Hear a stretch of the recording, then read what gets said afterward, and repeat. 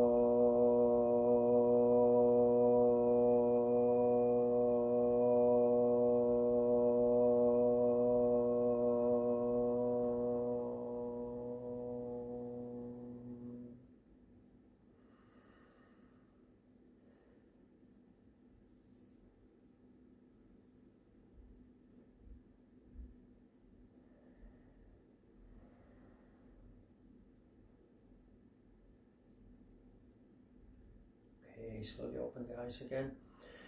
We start with the headstand and some familiar poses, and then we have 4 new poses. The headstand is widely explained step by step in video 26. So if you need a more detailed explanation, step-by-step approach to help you to get in the headstand, this is not the right video to do that, because we've repeated it several times already. So we'll just go through the exercises, and if you need more detail about the headstand, please go back to video 26. Okay, so we start with Salamba Shivasana. The headstand, Salamba meaning with support, and Shivasa meaning head. Remember, don't spread the elbows. The forearms are almost parallel, and you open the hands. Don't close the hand, open the hands. You put the back of your head in the hollow of the hands. Up on your toes, tiptoe forward. If you tiptoe forward far enough, you can feel that the balance is almost occurring naturally. So at that point you push the elbows into the ground and you raise the legs slowly and controlled. The slow and controlled approach is very important to keep your balance.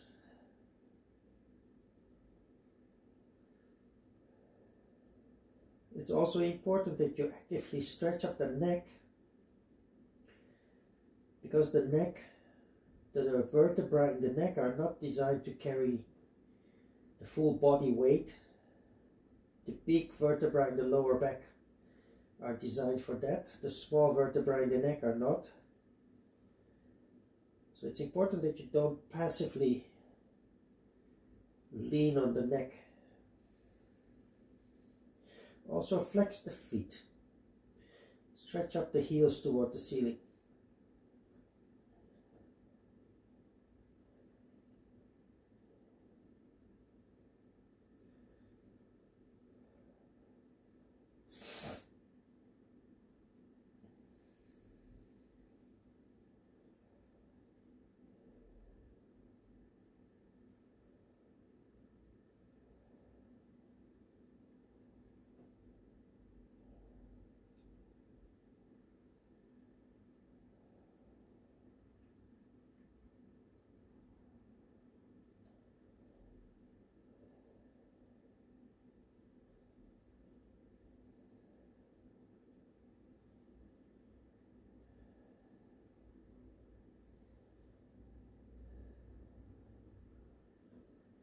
And slowly come back.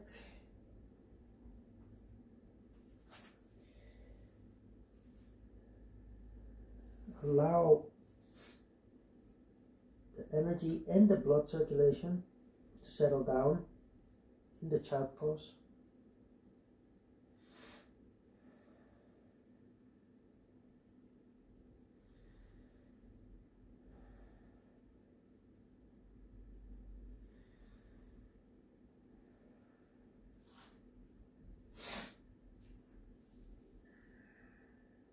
Then we stand up in Tadasana.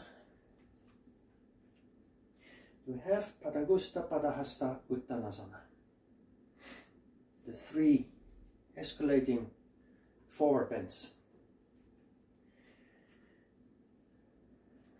In Tadasana, stand erect, inhale deep, exhale, maintaining a hollow back, we bend forward.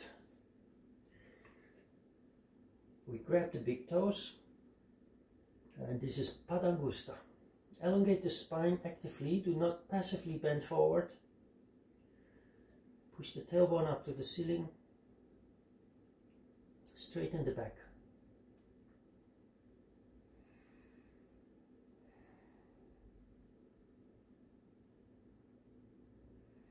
Consolidate for a moment. Then if you have no problem with Padangusta, go to Padahasta, placing the palms of the hands under the balls of the feet, bending a little deeper, but also straightening the back a little more strongly. Bending deeper should not end up in bending the back more. You just have to work harder not to bend the back. And if Padahasta has no problem at all, you then go on to the ultimate forward bend, Uttanasana. You have nothing to hold on anymore, so you have to work much harder. You stretch the hands back as far as possible and you completely bend forward. And although the back bends slightly, it is bending while extending, and that is important, not passively bending, but bending while actively extending.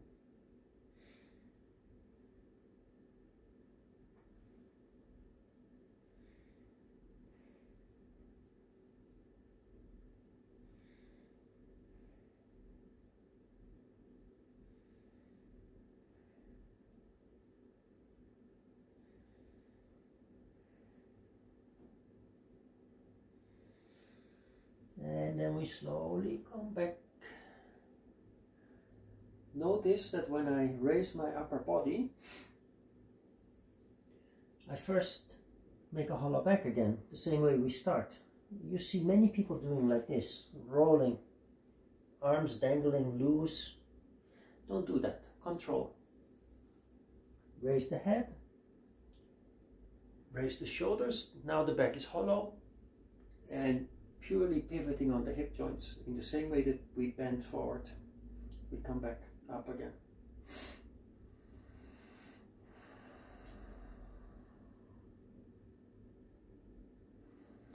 Then we have our first new exercise. It's called Utkatasana. Literally, Utkata means powerful. However, in English, the pose is often referred to as the chair pose because you're emulating sitting on a chair. It's a squat, basically, and it starts from Tadasana. We join the hands together, like in the tree pose. We cross the thumbs, join the hands, and then we sit down, but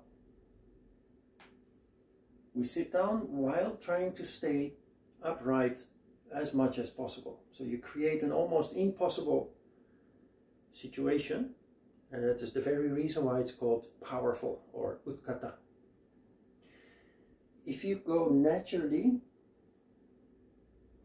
if you do this unconsciously, subconsciously, you would just automatically, instinctively, you would bend forward, right? So that is the easy part, the easy approach.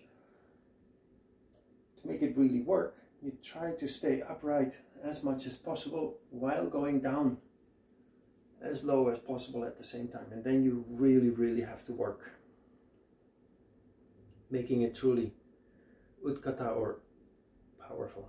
So don't hold the breath.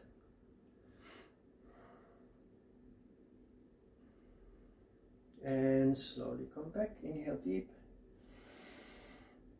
Exhale. Absolutely marvelous.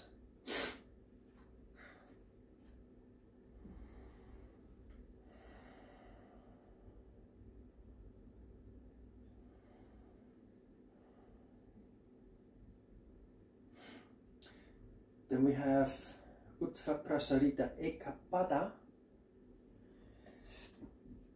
as a balancing pose. Let me turn sideways. This is also a new exercise. Uttva means facing upward. Prasarita means extended. And Ekapada means one foot. It's actually a more advanced variation of the 3 forward bends. So indeed it's a forward bend, but with one leg up. Uttva Prasarita Ekapada. You raise the leg as high as possible. Standing leg straight, the elevated leg also straight. Depending on flexibility, it will go as high as it can go. Nothing more, nothing less. You have to actively raise the leg though. Many people end up just leaving the leg dangling somewhere lazily. So raise the leg, work. Otherwise it doesn't work at all.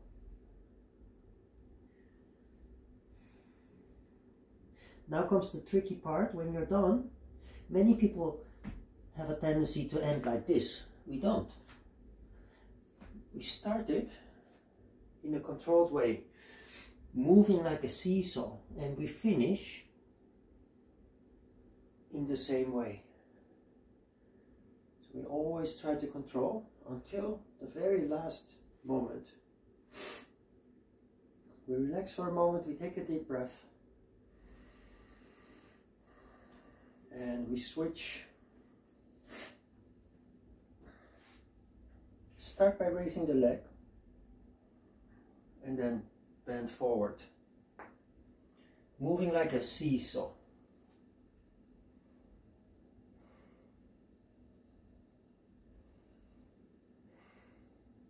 Do not put too much weight on the hands. All the weight is centered on the standing leg.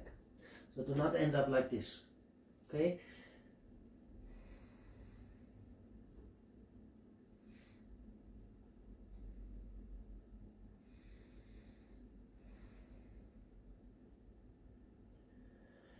Then we slowly come back, start raising the upper body, and simultaneously lower the leg and relax for a moment.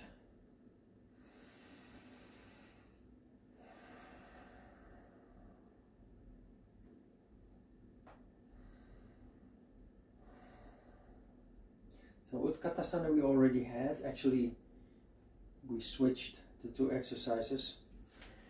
The next new exercise is Ustra. Now, Ustra is a camel.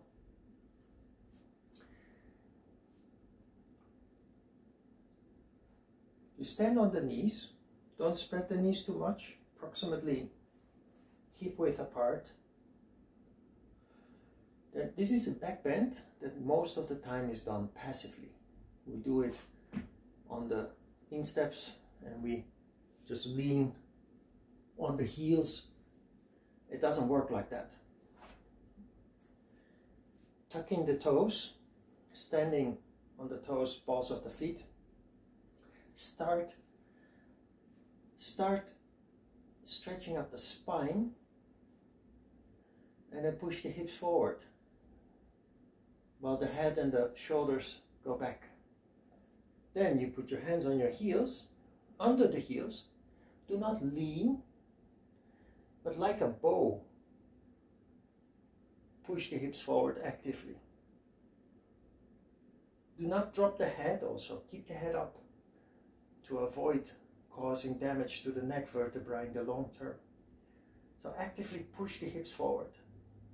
Your hands are not supporting you. Your hands are preventing you from falling over. Your hands are functioning like anchors, preventing you from falling over. Actively push forward. This is the only way that it really works.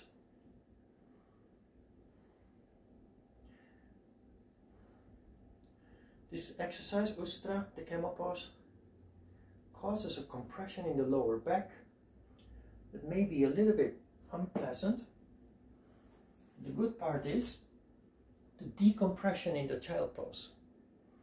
So you had a compression, and now you decompress, and the feeling that engulfs you is just amazing. So nice.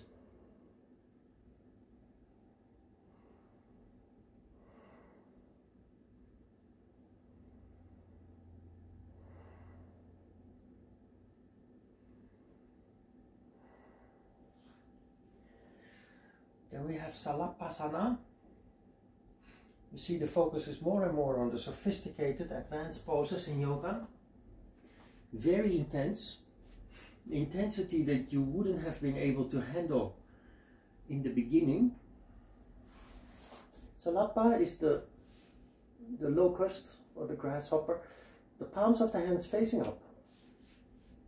And then the shoulders, pull up the shoulders.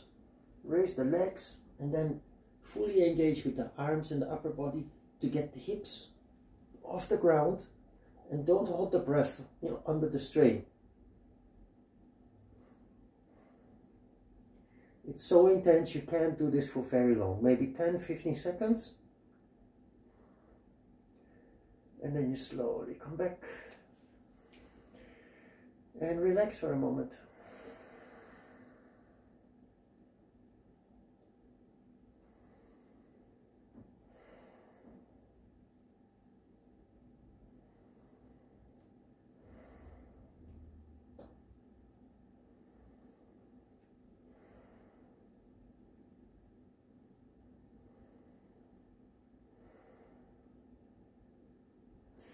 Then we have Tanura, the bow pose.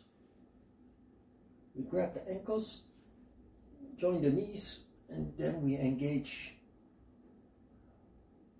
This is in fact very similar to Ustrasana, the new pose of the day, but more basic.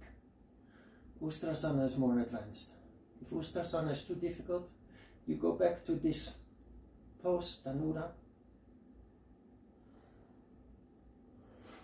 Relax for a moment.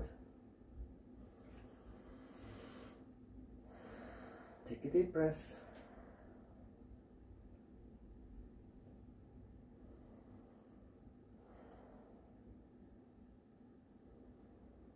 And the last one is also a new pose. It's called Chaturanga Danda. Danda means stick, we know that from last video. Chatur is 4, Anga is limb, so 4 limb stick. It's a staff with 4 limbs, or a 4-legged staff. It's kind of a plank pose. It's a very intense plank pose. You place your hands close to the shoulders, tucking the toes. Then first straighten the whole body like a rod, like a stick, and then push just a couple of centimeters off the ground. Very intense.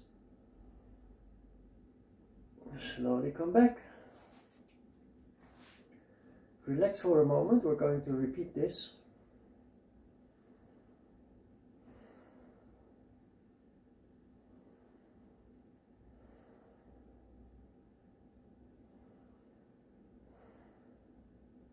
Let's try again.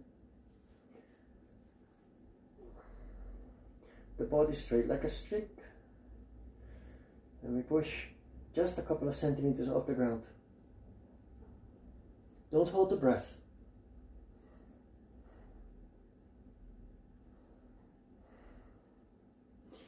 And slowly come back again. And relax for a moment.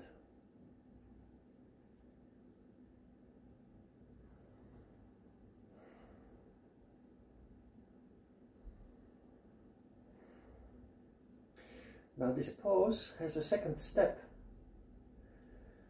The first step is that you come up. If you can do that relatively well, then you move forward, making the pose 3 times more intense. And you move back again. It's a matter of control. So you go up, and you roll over the toes, go forward, and you go back again. Dynamic, very powerful. And that's it for today, where it comes to the asanas. Time for a short meditation. Sit on your cushion or folded blanket.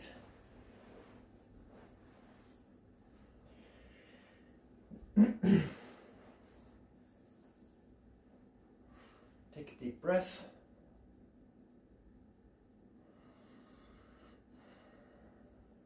The intensity of Chaturanga Dandasana is still present, so take a little time to drift off into the observation mood.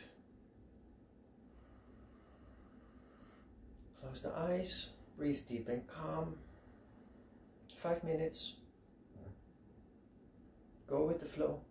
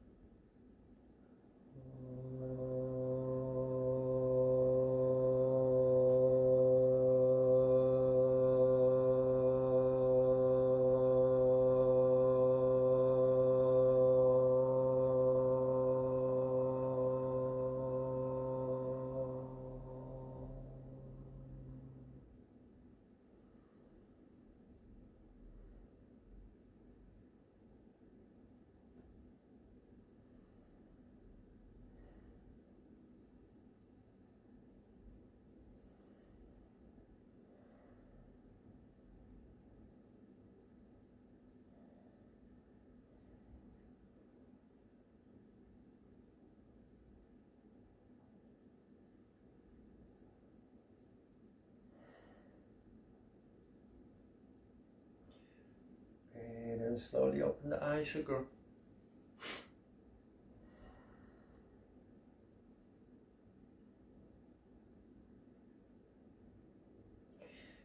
Okay, I hope you notice the logic in yoga build up. As a beginner, you start with basic exercises that are mainly focusing on the legs and the hips.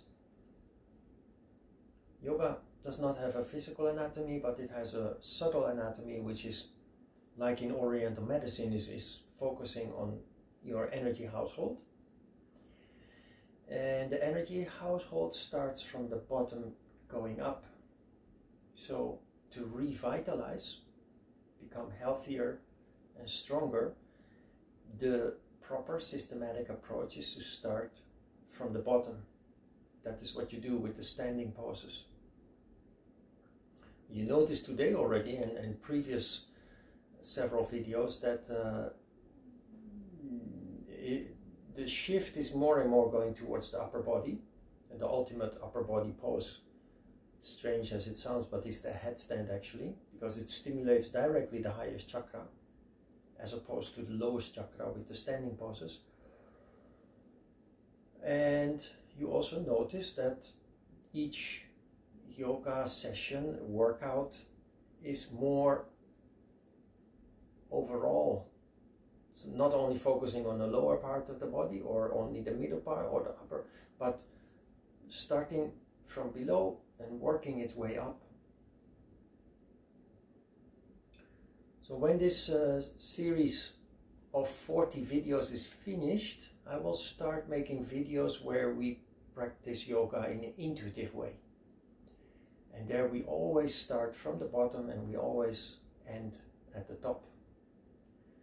And all parts of the body are being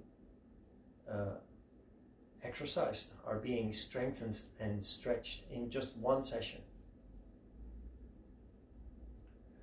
But before we reach that point, we first need to recondition ourselves. We first need to strengthen and become more flexible, and then it's time for intuitive approach. Okay, thank you so much for watching today and hopefully participating, doing the exercises with us. Have a lovely day and looking forward to seeing you in the next video. Thank you.